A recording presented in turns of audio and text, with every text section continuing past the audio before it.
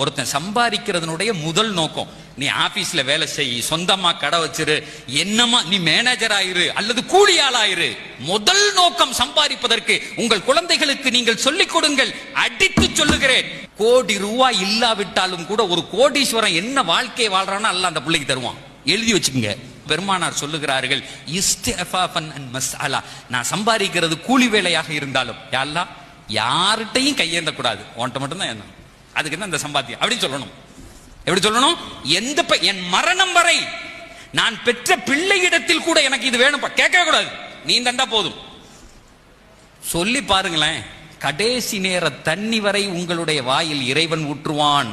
நல்லா ஒண்ணு புரிஞ்சுக்குங்க, நீங்க வச்சிருக்க காசுகளும் படிப்பையும் கொண்டு இந்த உலகத்துல வாழ முடியாது. அல்லாஹ் நாடணும். கோடி ரூபாய் இருக்கவன் கூட ஏதாவது ஒரு நோயில இழுத்து பட்டு செத்து போறான். அந்த பணம் பயன்படவே பயன்படாது, அந்த அறிவு பயன்படவே பயன்படாது. இந்த உலகத்தில் எதுவாக இருந்தாலும் இறைவன் நாடணும். எத்தனையோ பேர் ஏழையா இருப்பான், 4 குமர் இருக்கும், கட்டி கொடுத்துருவான். கொய்த்துல ஆயில் கம்பெனில மேனேஜரா இருக்கேன், ஆனா இங்க பார்த்தா ஒரு வீடு கட்ட முடியலங்கிறான். என் பிள்ளைய படிக்க வச்சு ஒழுங்கா கட்டி கொடுக்க முடியலங்கிறான். வித்தியாசம் இருக்கு சார். எவனிடத்திலும் வாழ்க்கையில் கையேந்தி விடக்கூடாது.